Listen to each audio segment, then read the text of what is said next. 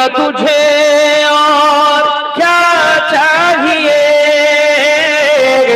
तेरे घर में खुदा का एक हबीब आ गए।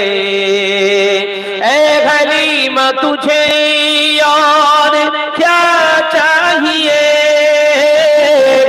तेरे घर में खुदा का एक हबीब आ गए। जगागे रोज़ाए पाके खैरुल वरा गे, जगागे रोज़ाए पाके खैरुल वरा गे। ओ जन्नत नहीं है तो फिर और क्या है। अल्लाह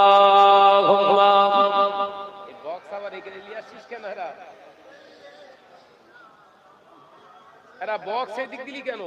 কি সর্বনাশ বলেন নি। ওয়ালা আলি ও সাউন্ড চুরি করবে বোধহয়। প্রাণ খুলে জিকির করি কালেমা লা ইলাহা ইল্লাল্লাহ, মহব্বতের সঙ্গে কালেমা লা ইলাহা ইল্লাল্লাহ, লা ইলাহা ইল্লাল্লাহ। আমারে কণ্ঠে তুমি তোমারি বাণী দিয়েছো, বুকের দেরাজ তুমি তোমারি স্থান দিয়েছো। আমারে কণ্ঠে তুমি তোমারি বাণী দিয়েছো, বুকের দেরাজ তুমি তোমারি স্থান দিয়েছো। এত ভালোবাসো কেন মালিক আমার, কি করে শুকর করি আমি তোমার, কি করে শুকর করি আমি তোমার। জোরে হবে না, একটু জোরে হবে না। আমারে কণ্ঠে তুমি তোমারি বাণী দিয়েছো, লা ইলাহা ইল্লাল্লাহ। জোরে জোরে লা ইলাহা ইল্লাল্লাহ। পৃথিবীর দিকে দিকে জুদুরি দে, শান্তি মোরা পেলাম তোমার দিকে। পৃথিবীর দিকে দিকে জুদুরি দে, শান্তি মোরা পেলাম তোমার দিকে। রহমত যে তোমার, করুণা বেশুমার, রহমত যে তোমার, করুণা বেশুমার। সেজদাতে নুয়ে পড়ে মাথা, এত ভালোবাসো কেন মালিক আমার। একবার জোরে হয় না, আর একটু জোরে হবে না। নারে তাকবীর, নারে তাকবীর। আমারে কণ্ঠে তুমি তোমারি বাণী দিয়েছো, বুকের দেরাজ তুমি তোমারি স্থান দিয়েছো। লা ইলাহা ইল্লাল্লাহ। মাশাআল্লাহ, আরেকটু জোরে লা ইলাহা ইল্লাল্লাহ। আকাশেতে যত দেখি শত তারা, তোমার তাসবিতে এত ঘরা। আকাশেতে যত দেখি শত তারা, তোমার জিকিরে এত ঘরা। তুমি যে রহমান, তুমি যে দয়াবান, তুমি যে রহমান, তুমি যে দয়াবান। করুণা সারা পৃথিবীময়, এত ভালোবাসো কেন মালিক আমার। একবার জোরে হবে না। আমারে কণ্ঠে তুমি তোমারি বাণী দিয়েছো, বুকের দেরাজ তুমি তোমারই স্থান দিয়েছো লা ইলাহা ইল্লাল্লাহ জোরে জোরে জোরে জোরে লা ইলাহা ইল্লাল্লাহ قال الله تعالى في كلامه المجيد والفرقان الحميد يا أيها الذين آمنوا آتوا الله وآتوا الرسول وأولي الأمر منكم قال الله تعالى أيضا في كتابه مخبرا وآمرا ولا تقولوا لمن يقتل في سبيل الله أموات بل أحياء ولكن لا تشعرون قال رسول الله صلى الله عليه وسلم لا يؤمن أحدكم حتى أكون أحب إليه من ماله وأهله والناس أجمعين قال رسول الله صلى الله عليه وسلم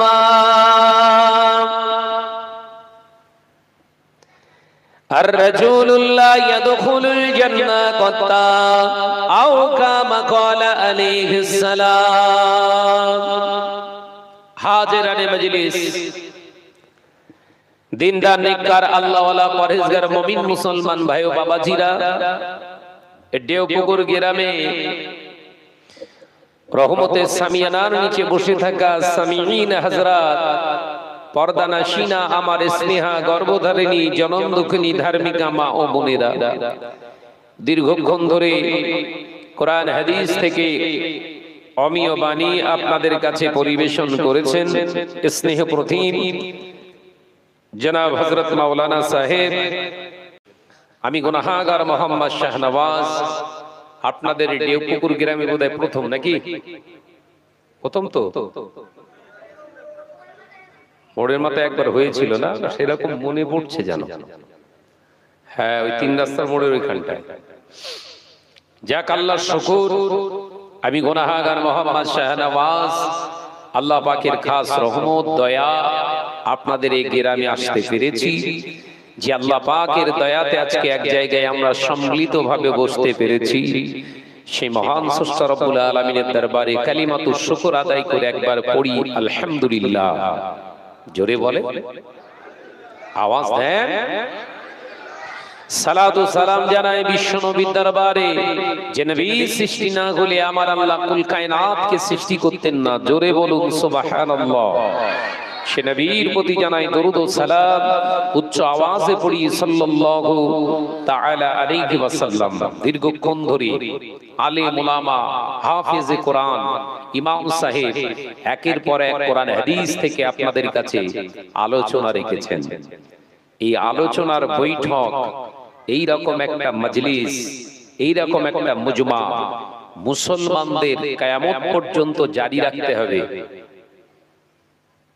এই বৈঠক যদি মুসলমানদের ভিতরে না থাকে তাহলে অচিরেই এরা আবার সেই আয়ামে জাহেলিয়াতের যুগে আবার নিমজ্জিত হয়ে আবার ধ্বংসের দিকে চলে যাবে। অটোমেটিক 60% ঢুকে গেছে।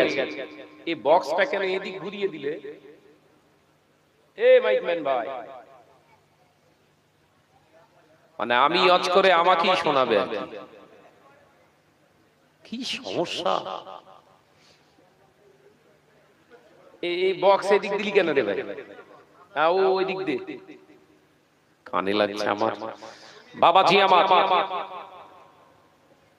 জলসা মাহফিল এরকম বৈঠকের দরকার আছে না নাই? জোরে বল বাপ, জোরে বল। এই বৈঠকটা যেদিন শেষ হয়ে যাবে, এইরকম বৈঠকের জায়গা যেদিন আর সমাজে থাকবে না, 100 আবার আয়ামে জাহেলিয়াত এই সমাজে ছেয়ে যাবে, আল্লাহর গজব আবার নাজিল হবে, মানুষের ক্যারেক্টার হয়ে যাবে হিংস্র জন্তু জানোয়ারের ন্যায়, মানুষ সত্য ভুলে যাবে, না হকটাকে হক বলে দুনিয়ার জমিনে চালিয়ে দেবে, নিজের তৈরি করা নীতি আদর্শ মানুষের কাছে প্রতিষ্ঠিত করবে, ওটাকেই সমাজের কাছে চালিয়ে দেবে শরিয়ত বলে। সেটা কিন্তু অটোমেটিক শুরু হয়ে গেছে। এই কথা ঠিক না বুঝে রে বলে ভাইরা, আমার নজনেরা, যুবকেরা, ছেলেরা, বাচ্চারা, পর্দানাশীনা মা ও বোনেরা, একদিকে ইহুদি আর একদিকে নাসারা, বেদিন বেঈমান, তারা সদা সর্বদা লেগে আছে ইসলামকে দুনিয়া জমিন থেকে মিটিয়ে দেওয়ার জন্য, শরিয়তকে দুনিয়া জমিন থেকে শেষ করে দেওয়ার জন্য। তারা সব সময় চিন্তাতে ব্যস্ত। যুবকেরা, ছেলেরা, বাচ্চারা, পর্দানাশীনা মা ও বোনেরা, সেই জন্য তারা সমাজকে অগ্রগতির নাম করে সমাজের বুকে অন্যায় রাখাজানি গুলো প্রতিষ্ঠিত করতে চাইছে। বিভিন্ন রকমের আবিষ্কারের মাধ্যমে সমাজে অন্যায় রাখাজানিতে মানুষ যাতে লিপ্ত হয়ে যায়, সেই লক্ষ্যে তারা পৌঁছাতে যাওয়ার জন্য, সেই মিশন সাকসেসফুল করার জন্য সমাজের বুকে বিভিন্ন রকমের আইটেম আবিষ্কার করে আমাকে আপনাকে উপহার দিচ্ছে। ও নজনেরা, যুবকেরা, এটা হলো আমাদের আইওয়াশ, এটা হলো আমাদের ব্রেন ওয়াশ। আমাদের ঘরের ছেলেরা, বাচ্চারা আজ থেকে 20 বছর আগে ঘরের ছেলেরা একটু জায়গা পেলে সেখানে খেলাধুলা করত, এখন কিন্তু এই খেলাগুলো আর করতে চাই না। কথাটা ঠিক বললো না ভুল? আমি একটু একটু করে আপনাদের বোঝানোর চেষ্টা করছি। শরিয়তের জায়গা শেষে এসে ধাক্কা মারবো, তবে বুঝতে পারবেন। কথা বুঝতে পেরেছেন তো? এক টানা যদি আপনাদের কোরআনের আয়াত আর হাদিসের ইবারত পড়ে ওয়াজ করি, কিচ্ছু বুঝতে পারবেন না। কোরআনকে বুঝতে গেলে একটু একটু করে বুঝতে হবে। ক্লাসিক্যাল ভাবে যারা মাদ্রাসায় পড়াশোনা করে তাদের কাছে জিজ্ঞাসা করবেন, একদিনে কোন ওস্তাদ হুজুর তাদেরকে 10টা আয়াতের তাফসীর তাদের শেখায় না। তাদের ওস্তাদ একটা ক্লাসে আসলে যদি তাফসীরে জালালাইনের ক্লাস হয়, 2 থেকে 3টি আয়াতের তাফসীর করে ক্লাসটা শেষ করতে হয়। আর বেশি ঢোকালে এ ভালো জিনিস না, বলো বেশি খেলে স্বাস্থ্যের জন্য কি হয়? ক্ষতি। কোরআনটা ওই রকম আপনার জন্য মুখস্থ করা শুধু বিদ্যা না, কোরআন হচ্ছে আপনার জন্য আদর্শ, কোরআন হচ্ছে আপনার জন্য নীতিমালা, কোরআন হচ্ছে আপনার জন্য রুলস রেগুলেশন, কোরআন হচ্ছে আপনার সংবিধান, কোরআন হচ্ছে আপনার জীবন ব্যবস্থা, কোরআন হচ্ছে আপনার রাজনৈতিক ব্যবস্থা, কোরআন হচ্ছে আপনার সমাজ ব্যবস্থা। একবার জোরে বলুন, একবার জোরে বলুন। এই কোরআন শুধু মুখস্থ করার জিনিস না। এই জায়গাগুলো আজকে সমাজকে আমরা দিতে পারছি না। এক একজন বক্তা এক এক রকমের, কোরআনের 20টা আয়াত কি 30টা আয়াত মুখস্থ করে তার অনুবাদটা এসে ফটফট ফটফট ফটফট করে বলে দিচ্ছে। আয়াত নাম্বার বলছে, সূরার নাম বলছে, রুকু বলছে, পৃষ্ঠার নাম্বার বলছে, উপর দিক থেকে কত লাইন নিচে সেটাও বলে দিচ্ছে। এরকম আছে না? না, ওসব দরকার আছে? দরকার ছিল কোরআন বোঝানো। তার মানে সমাজে একটা আমার একটা বিরাট একটা প্রভাব বিস্তার করবে। শাহনাজ ভাই কথা বলে একদম রুকু ধরে, আয়াত ধরে, সূরার নাম বলে, আয়াত নাম্বার, রুকু নাম্বার, পৃষ্ঠার নাম্বার, লাইন নাম্বার সবকিছু শাহনাজ ভাই বলে দিচ্ছে। ওরে আবার ডাক। লক্ষ্য কিন্তু লিল্লাহিয়াতের জন্য না। আল্লাহ কোরআন নাজিল করেছিলেন পৃষ্ঠার নাম্বার দিয়ে না, ভালো করে বুঝে নেন, অপব্যাখ্যা করবেন না, প্রশ্ন থাকলে করবেন, উত্তর দেওয়ার চেষ্টা করব জানা থাকলে। আল্লাহ কোরআন নাজিল করেছিলেন পৃষ্ঠার নাম্বার দিয়ে নয়, আয়াত নাম্বার দিয়ে নয়। আল্লাহ কোরআন নাজিল করেছিলেন হাবিবকে বোঝানোর জন্য। হাবিব আপনি বুঝলেন, সমাজকে আপনি এটা বোঝান। এই সমাজ আপনার বোঝাতে যদি আপনি একবার বোঝাতে পারেন, এই সমাজ অন্যায় রাহাজানি ছেড়ে দিয়ে আমি আল্লাহকে এক বলে মানতে বাধ্য হয়ে যাবে। একবার জোরে বলুন। তাহলে আল্লাহর মূল মাকসাদ ছিল এটা। আয়াত নাম্বার, পৃষ্ঠার নাম্বার এসব মানুষের তৈরি করা। এই কথা বোঝাতে পারছি না? কোরআন নাজিল হয়েছিল আল্লাহর আসমান লাওহে মাহফুজ থেকে। আল্লাহ কোরআন নাজিল করেছে 3টা আয়াত, 5টা আয়াত, 7টা আয়াত, 11টা আয়াত, 9টা আয়াত, 20টা আয়াত এসেছে। সাহাবায়ে কেরামদের সামনে রাসূল পাক সাল্লাল্লাহু আলাইহি ওয়াসাল্লাম ফটফট ফটফট করে জবান দিয়ে পাক জবান থেকে রাসূলুল্লাহ বলেছেন। সাহাবী হুজুররা সেগুলো পাথরে কিংবা চামড়ায় কিংবা গাছের ছালের উপরে সেই আয়াতে কারিমাগুলো লিখেছিলেন। সেগুলো সম্মিলিত ক্রমে সব এক জায়গায় করেছিলেন সিদ্দিক আকবর, হযরতে আবু বকর সিদ্দিক, তারপরে হযরতে উসমান রাদিয়াল্লাহু তাআলা আনহু। এক জায়গায় করে তারা কোরআন সম্মিলিত একটা কিতাব আকারে বার করেছিলেন। একবার জোরে বলুন, একবার জোরে বলবেন না? ওটার গুরুত্ব নয়, গুরুত্ব কোরআনের ভিতরে কি আছে। প্রথমে উঠেই ডেকেছি আমি, সিট যে সবগুলো খালি জায়গা আছে একটু আসেন না বাবাজিরা, এর সামনের দিকে এসে বসি। আপনাদের বলছি আসেন, রাস্তাটা একটু খালি করে আসেন, এগিয়ে আসেন। সামনের দিকে বসে পূর্ণ করে বসা, এটা হচ্ছে রাসূলের একটি সুন্নাত। আপনাদের জানা নেই বোধহয়। মজলিসে কিংবা মসজিদে যেখানে বসবেন নামাজের জন্য, শরিয়াতের বিধান হচ্ছে প্রথম কাতারটাকে আগে ঠিক করা। প্রথম কাতার ঠিক হয়ে গেলে তারপর দ্বিতীয় কাতার ঠিক করা, দ্বিতীয় কাতার ঠিক হলে তবে তৃতীয় কাতার ঠিক করা। দ্বিতীয় কাতার ঠিক হয়নি, চতুর্থ নম্বর কাতারে যারা নামাজ পড়ছে ওদের নামাজ মাকরুহ। কথা বুঝতে পারছেন না? তাহলে এই যে তরিকায় বসতেছেন এটাও কিন্তু শরিয়াতের দৃষ্টিতে সহি নয়। এই সামনে খালি রেখে পিছনে ব্লক করেছেন, তার মানে অন্যকে বসার সুযোগ দেয়া থেকে আপনি বঞ্চিত করার জন্য বসে আছেন। হক নষ্ট করার জন্য আপনার ইবাদত ক্যান্সেল হবে। একদম গোদা বাংলায় বুঝিয়ে দিলাম, অসুবিধা হলো নাকি? সামনের দিকে পূর্ণ করে বসলে কি হয়, পর পর পর পর যদি পূর্ণ হতে হতে যায়, যত পিছনে লোক আসুক আরো পিছনে লম্বা হবে, কারুর আর অসুবিধা হবে না। ইসলাম তো এটাই, ইসলাম তো এটাই শেখায়। অশান্তির ভিতরে ইসলাম আসেনি, ওই জন্য ইসলামের আরেকটি অর্থ বলা হয়েছে শান্তি। একবার জোরে বলুন, একবার জোরে বলেন না। এই শুরুতে থেকে যদি আপনারা লাইনটা ঠিক করতেন, এই যে সময়টা আপনাদেরকে বোঝাচ্ছি এইটার বোঝানো লাগতো, সময়টা লস হলো। ভাইরা, নজনেরা, যুবকেরা, ছেলেরা, বাচ্চারা, ও নজনেরা, আমার পর্দারা সিনামা ও বোনেরা, কান খুলে শুনে রেখে দি, আল্লাহ নবী দো জানে বাদশাহ হাবিবুল্লাহ গে, নবী জনাবে মুহাম্মদ রাসূলুল্লাহ গে সাল্লাল্লাহু আলাইহি ওয়াসাল্লাম পাক জবানে জানিয়েছিলেন, ও আমার সাহাবীরা শুনে রেখে দাও, জেনে রেখে দাও, এই মুহররম মাঘে মুহররমের 10 তারিখে আমি নাসারা ইহুদিদেরকে জিজ্ঞাসা করেছিলাম, তোমরা কেন এই মুহররমের 10 তারিখে অর্থাৎ তোমরা কেন লাইলাতুল আশুরাতে রোজা রেখে দাও দিনের বেলা? তারা বলেছিলেন, এটা আমরা মুসা আলাইহিস সালামের উম্মত বলে আমরা রোজা রেখে দিই।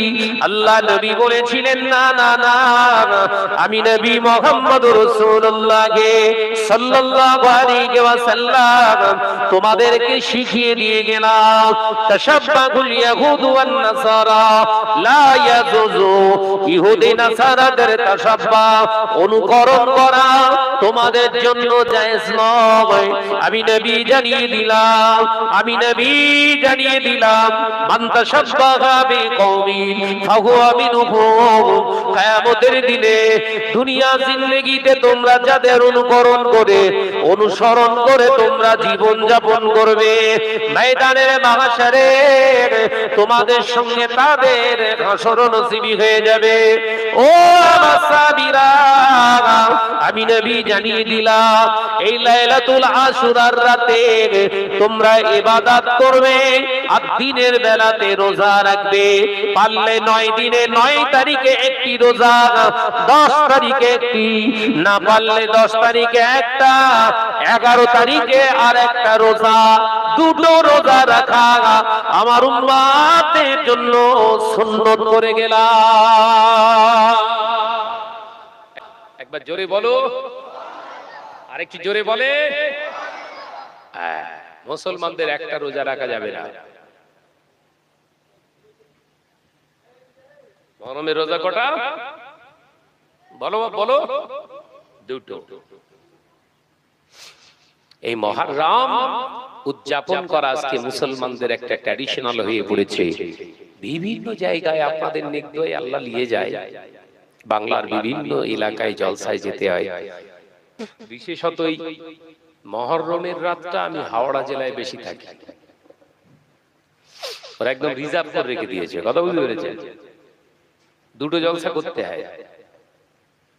মহরমের এই লাইলাতুল আশুরার রাতে জলসা। তো হাওড়া জেলায় একটা জলসায় ওই দুটো জলসা করতে গেলে আমাকে বেরোতে হয় বৈকাল 3টের সময়। কেন জানে? মুসলমানের জন্য। মুম্বাই যে রোড, ধুলোগড়ের পর, ধুলোগড় নাম শুনেছেন? ধুলোগড় টোল ট্যাক্সের পথ থেকে আপ টু সেই ধামশিয়া বলে একটা জায়গা আছে, এই টোটাল 5 কিলোমিটার রাস্তা টোটাল ব্লক করে দেয়। কেন না? ইমাম হোসাইনকে খুঁজতে বেরোবে। বুঝতে পারেননি বোধহয়? নকল কবর তৈরি করে, তাজিয়া বলে, তাজিয়া, বড় বড় ঝান্ডা আর ডিজে বক্স, তার সঙ্গে বড় বড় তলোয়ার, ছুরি, সোট, বল্লম, লাঠি, ঢোল, তবলা, এগুলো নিয়ে বেরিয়েছে ইমাম হোসেনকে খুঁজে বার করবে। ইসলামটাকে ধ্বংস করছে কারা? বুঝতে পেরেছেন? এ কথা বলছেন না কেন? দেখবেন কোন মোল্লা মলি সাহেব না, কিছু কিছু মোল্লা মলি সাহেব ওদের বিরুদ্ধে ফতোয়া দিতে চায় না। ওদের বিরুদ্ধে কোনো ওয়াজ নেই। ওয়াজ কাদের বিরুদ্ধে হয়? এই জলসা দেয়া চলবে না, আছে না? নাই এরকম কিছু আকাট্টা মলি সাহেব আছে না? নাই জলসা দেয়া, নবী দিবস দেয়া চলবে না। কিন্তু তাজিয়া, ঢোল, গান বাজনা, মদ, জুয়া, লাঠি, তলোয়ার নিয়ে রাস্তা ব্লক করে দিয়ে সাধারণ মানুষকে কষ্ট দিচ্ছে, ওর বিরুদ্ধে মলি সাহেবের ফতোয়া দিতে গেলে ওর জবানে বেঁধে যাচ্ছে। এদের থেকে সাবধান থাকতে হবে, তাহলে আপনাকে শেষ করে ফেলবে। এরা কোরআন হাদিসের কথা বলে।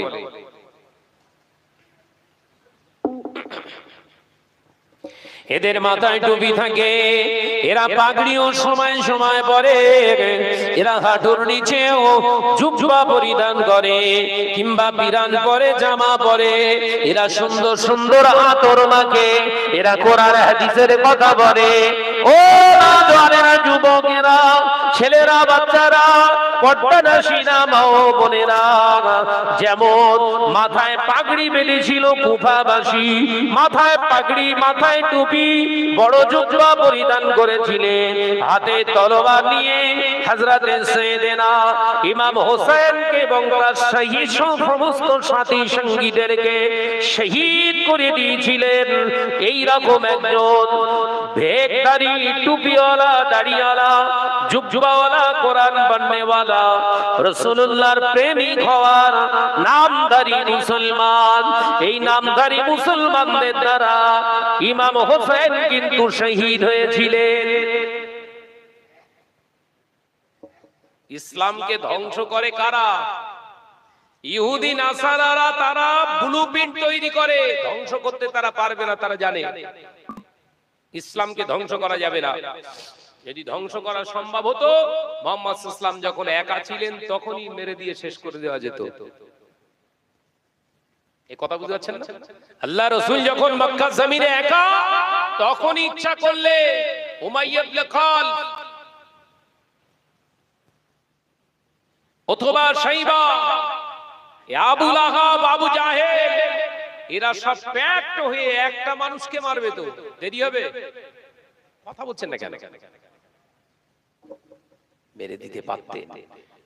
যত কলকৌশল তৈরি করেছিলেন, যত চাল মেরেছিলেন, সমস্ত চাল কলকৌশলকে আল্লাহ নস্যাৎ করে দিয়েছিলেন। হাবিবকে আল্লাহ পাক জিন্দা রেখে গোটা পৃথিবীতে ইসলামের বার্তাটা, ইসলামের আবহমান হাওয়াটাকে আল্লাহ পৌঁছে দিয়েছিলেন। একবার জোরে বলুন, একবার জোরে বলুন সুবহান। তার কারণ কি জানেন? সত্যকে মিটিয়ে দেওয়া সম্ভব নয়। সত্যকে মিটিয়ে দেওয়া সম্ভব নয়।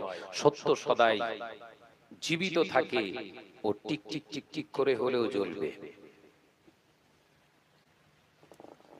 ভাইরা, আমার নজরেরা, যুবকেরা, ছেলেরা, বাচ্চারা, ইয়াজিদ মনে করেছিলেন হযরত ইমাম হোসেনকে মেরে দিলে তামাম পৃথিবীর মুসলমানরা আমাকে খলিফা হিসাবে মেনে নেবে।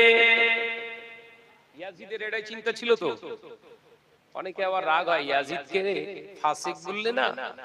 ইয়াজিদকে হযরত ইমাম হোসেন রাদিয়াল্লাহু তাআলা আনহুমা হুজুরের শহীদ করে দেওয়ার পিছনে ইন্ধন আছে বললে অনেক মৌলভী সাহেবের আবার রাগ হচ্ছে। এই কথা ঠিক না ভুল জোরে বলে? বলছেন না ইমাম হোসেনের শহীদের পিছনে ইয়াজিদের কোনো হাত নেই। দয়া দেখেছেন কিরকম?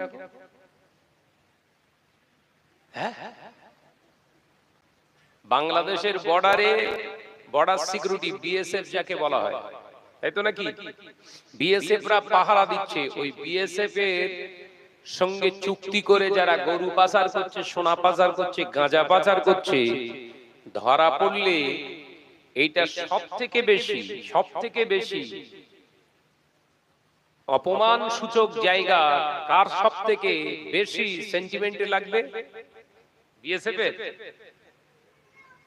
কেন্দ্রে যিনি স্বরাষ্ট্রমন্ত্রীর দপ্তরে বসে, অপমান সূচক জায়গা কার সব থেকে বেশি সেন্টিমেন্টে লাগবে? বিএসএফ এর। কেন্দ্রে যিনি স্বরাষ্ট্রমন্ত্রীর দপ্তরে বসে আছে, তার দ্বারা বিএসএফ চলছে। এই ঝটকাটা তার লাগবে। তো কথা বলছে না কেন?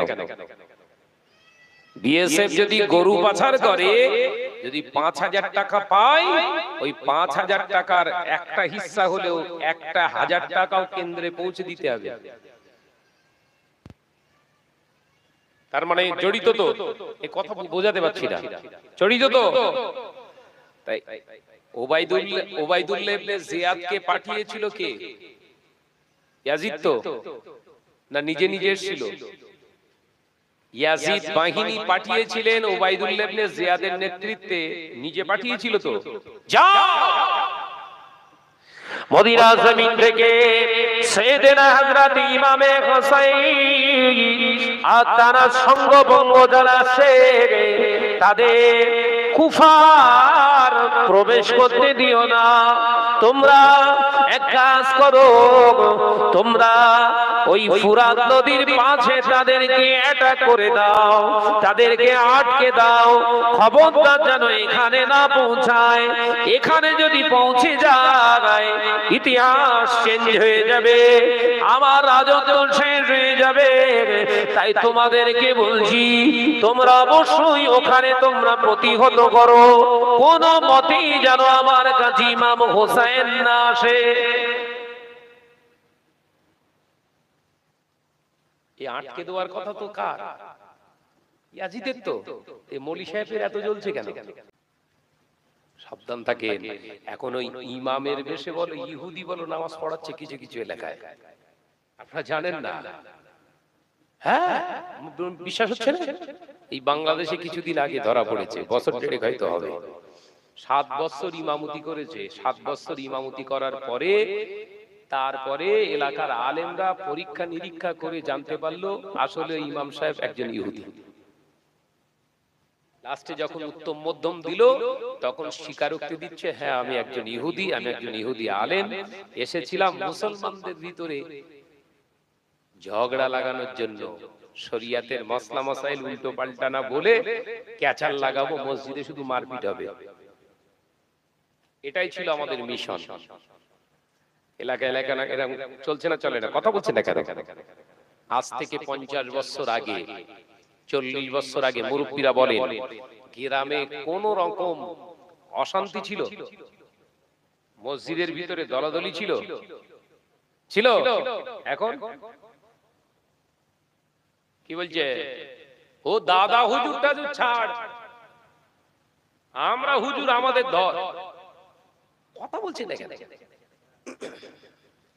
দাদা হুজুর মানে যদি বুড়ো ও পূর্ণ হয়ে গেছে, ছাড়, নতুন হুজুর ধর। আমি কি ভুল বলছি? কিন্তু ইমামতিতে যখন ঢুকেছিল তখন কি বলছিল? ওফ দাদা হুজুর তুলনা হয় না, আল্লাহর জিন্দা ওলি। কথা বলছেন না কেন? যখন ঢুকেছিল আল্লাহর ওলি মানুষ, জামানার 75 যুগের শ্রেষ্ঠ একজন আলিম দ্বীন, তারা তুলনা হয় না। 5 আওলাদ আর আল্লাহ পাকের খাস রহমত, বড় বড় ওলি আবদাল ছিল। বেশ হলো 1 বছর 2 বছর 3 বছর 4 বছরের মাথায়, এই 3 বছরের ভিতরে ওর কিছু চেলা তৈরি করে ফেলেছ বলো। কিছু জোয়ান ছেলে 2-4 জন মুরব্বী সহ জোনা করি জোয়াড় করে ফেলে বেশ হ্যান্ডেল শক্ত করে নিয়েছে। হ্যান্ডেলটা শক্ত করে নিয়েছে, নিয়ে 4 বছরের মাথায় কি বলছে? কিয়াম করা ওয়াজিব না তো, সুন্নত না। ও আমি কোনো কিতাবে পাইনি, না করলেও হয়। কথা বলছেন না কেন? সালামে কিয়াম করাটা ও নবী সাহাবীরা করেনি, আমরা কেন করতে যাব? অশান্তি করে লাভ নেই, বাদ দেন। এবার অনেক ভালোবাসার ফুরফুরার দাদা হুজুরের মহব্বতের মানুষ আছে, তারা বলছে তো গন্ডগোল, এ তো ঢোকার সময় এই কথা বলিনি। সেই পুরাতন 4 বছর আগের কথা তাদের মনে আছে, বলেছিল দাদা হুজুর জিন্দাবাদ। তাহলে দাদা হুজুর যদি জিন্দাবাদ হয় তাহলে সালামি কিয়াম করতে অসুবিধা কোথায়? মুস্তাহাসান জিনিস। ঘাড় মুসাহ করা কি? মাথা মুসাহ করা তো আল্লাহ পাকের হুকুম করে দিয়েছে, মাথা মুসাহ করতে হবে। আর এই ঘাড় মুসাহ করা তো মুস্তাহাব। তা মৌলী সাহেব তার বেলা ঘাড় মুসাহ করছে, ঘাড় মুসাহের ক্ষেত্রে বেদাত ফতোয়া দিচ্ছেন, আর কিয়াম করলি বেদাত। এই গন্ডগোল 4 বছর পর থেকে হুঁশ ফিরতে মুসল্লি এলাকায় খানি খারাপ দিয়ে দিয়েছে।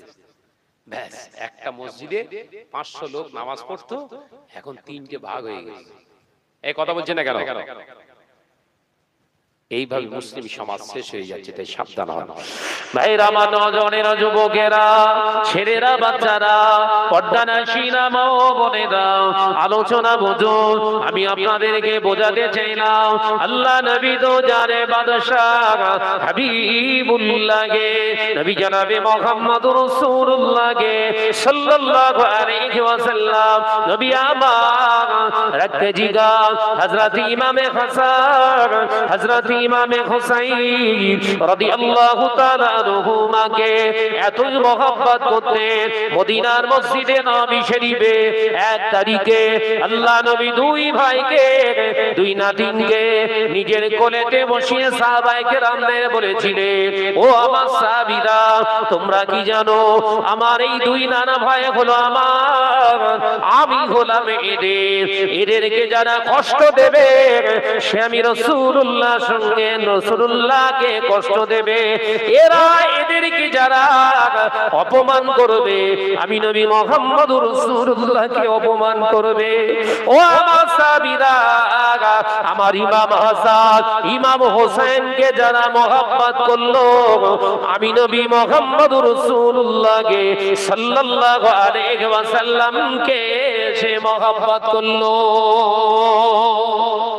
একবার জোরে বলো। এই জায়গায় একটুখানি বুঝে নেন। তাহলে হযরত ইমাম হাসান ইমাম হোসেন রাদিয়াল্লাহু তাআলা আনহুমা ছিল কংক্রিট রাসূলুল্লাহর একদম হৃদয়ের স্পন্দন, মহব্বতের মানুষ। তাদের সঙ্গে তানাদের সঙ্গে যারা বেয়াদবি করেছে, এরা স্বয়ং রাসূলুল্লাহর সঙ্গে বেয়াদবি করেছে না করেনি? জোরে বলেন। ভাইরা আমার, নজরেরা, যুবকেরা, ছেলেরা, বাচ্চারা, পর্দানশীনা মা ও বোনেরা, হযরতে ইমামে হুসাইন রাদিয়াল্লাহু তাআলা আনহু হুজুর আমার 1 তারিখে আল্লাহ নবী দয়ার নবী রাহমাতাল লিল আলামিনের দরবারে আছে। এমন সময় দেখতে পাওয়া যায় আল্লাহ রাসূল সাহাবায়ে কেরামদের সঙ্গে আলোচনা করছে। হঠাৎ দেখতে পাওয়া যায় ছোট হযরত ইমামে হুসাইন রাদিয়াল্লাহু তাআলা আনহু হুজুর আমার গুটি গুটি পায়ে সাহাবা হুজুরদের পিছনে গিয়ে আওয়াজ দিয়ে বললেন, এ আমার নানা জানের সাহাবীরা, আপনারা সবাই সব সময় আমার নানা জানের সঙ্গে আপনারা থাকবেন। আমাদের কি হক নাই নানা জানের সঙ্গে একটু আমরা খেলবো? সব সময় আমার নানা জানকে জড়িয়ে আছেন, আমাদের খেলার সময় আপনারা দেন না। হযরতে ফারুক আযম ওমর রাদিয়াল্লাহু তাআলা আনহু হযরতে আলীর দিকে তাকিয়ে বললেন, আলী সামলা।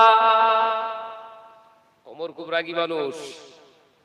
বিশ্বনবী একটা আলোচনা করছে আর পিছন দিক থেকে হযরতে সাইয়েদনা ইমাম হোসেন বলছে, ও নবী পাকের সাহাবীরা, আমার নানা জানের সাহাবীরা, সব সময় আমার নবীর সঙ্গে আমার নানা ভাইয়ের সঙ্গে আপনারা বসে বসে কথা বলবেন, তা আমরা খেলবো না? সব সময় যদি আপনারা থাকেন আমার নানা ভাইয়ের সঙ্গে, তাহলে আমরা কখন আমার নানা ভাইয়ের সঙ্গে একটু খেলবো? আপনারা যান। হযরতে ওমর রেগে গেছে, রাগী মানুষ তো। আরে ভাই, আমাদের মতো না, আমাদের রাগ তো কুত্তার রাগ। আর হযরতে ওমরের রাগ ছিল শয়তান তাড়ানো রাগ। একবার জোরে বলবেন না? একবার জোরে বলবেন না? ওমর রেগে গেলে শয়তান দৌড়তো, ভয়ে দৌড়বে। ওমর যে রাস্তা দিয়ে হেঁটে যাবে ওই রাস্তায় 40 দিন আর শয়তান আসবে না। একবার জোরে বলেন না? আর আমরা এত বড় বড় হুজুর না, যে রাস্তা দিয়ে শয়তান শুয়ে থাকে, হুজুর আসবে এই রাস্তা দিয়ে একটু পায়ের ধুলো নেবো। আমরা শয়তানেরও হুজুর, কথা বুঝতে পারবেন?